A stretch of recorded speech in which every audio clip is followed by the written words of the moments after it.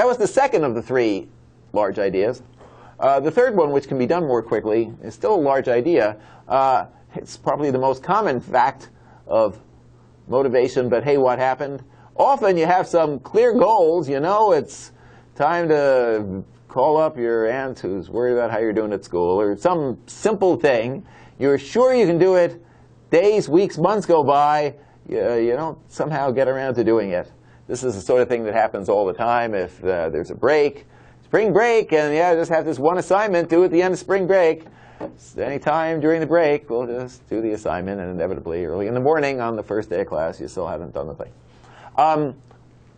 It would be nice, what that points out is that often there's a disjuncture between the previous motivational variables and something actually happening.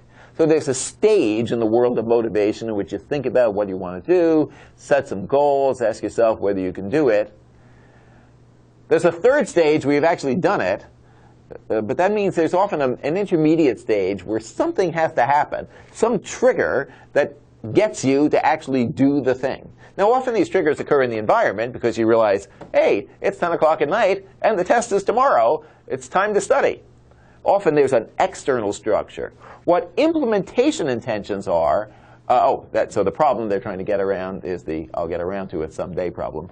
The implementations are a strategy for getting around to it. It's essentially a strategy for getting around to it in which you get rid of the word someday and replace it with a specific plan. Even if the specific plan is arbitrary, even if you just pull it randomly out of a hat, before spring break, you just make up an arbitrary plan. On Thursday of spring break at 10 o'clock, I will do the math problems, no matter what. I won't do them on Monday, Tuesday, or Wednesday. I'll be finished with them by Thursday afternoon. But you've got a specific intention, an intention not just to do this stuff, but an intention to do it at a specific time and place. Though it's not the study, I'll put up some of the key studies by Peter Goldwitzer, the psychologist who first does this at NYU. Unless he's moved, at NYU, actually uses exactly the intervention I said with college students who are on a Christmas break or spring break and set a particular intention. I'll put up a different kind of study. But if any of you out there are students and do have these kind of breaks where nothing happens, the way to get around the nothing happens is to come up with an arbitrary but ironclad, you wrote it down and told everybody you're committed to it, I'm going to do this stuff on Thursday morning. Here's an example that doesn't happen to involve people who are students, but instead people who might be getting the flu.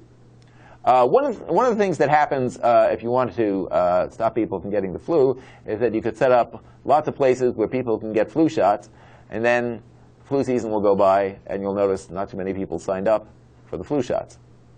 One of the problems is that flu vaccines are one of those things that you can do it any time. Drugstores open 24 hours a day. Go in any time at all, which is sometimes kind of backwards because if you can go in any time at all, there's some risk that it's never going to be the key time to go because there is no key time to go because it's always open.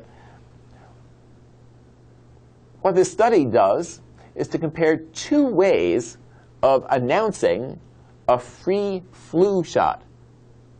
One is to put up a bunch of announcements that say, they left it anonymous here, that says some company is sponsoring free flu shots. And these are available at a whole bunch of times.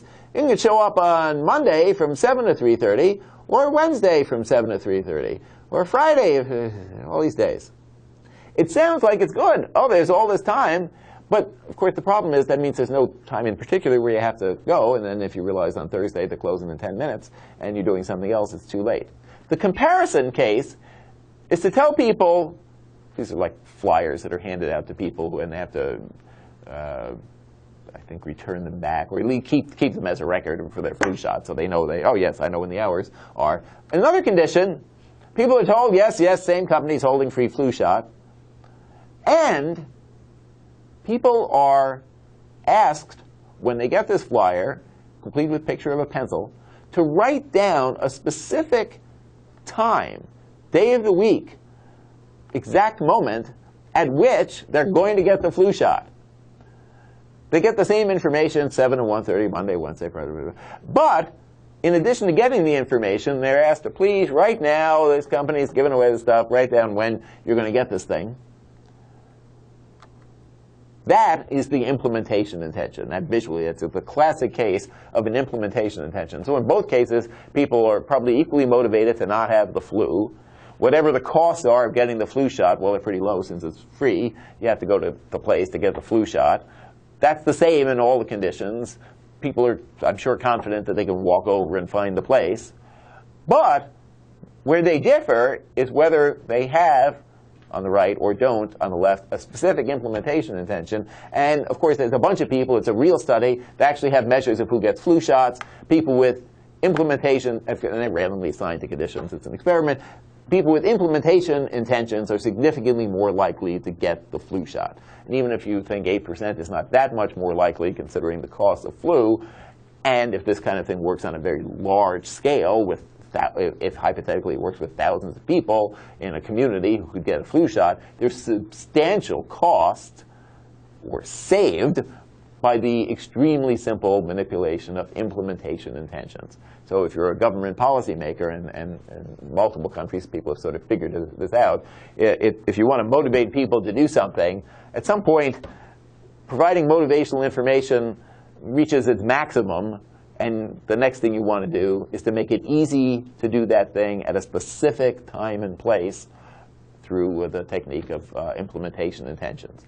So implementation intentions addresses a long-standing issue in the study of motivation, which is that commonly there are people who have high goals, they're sure they can do it, a bunch of time goes by and nothing happens, and it seems like a puzzle. But the puzzle is partly resolved by the fact that at some point you've got to put yourself into action.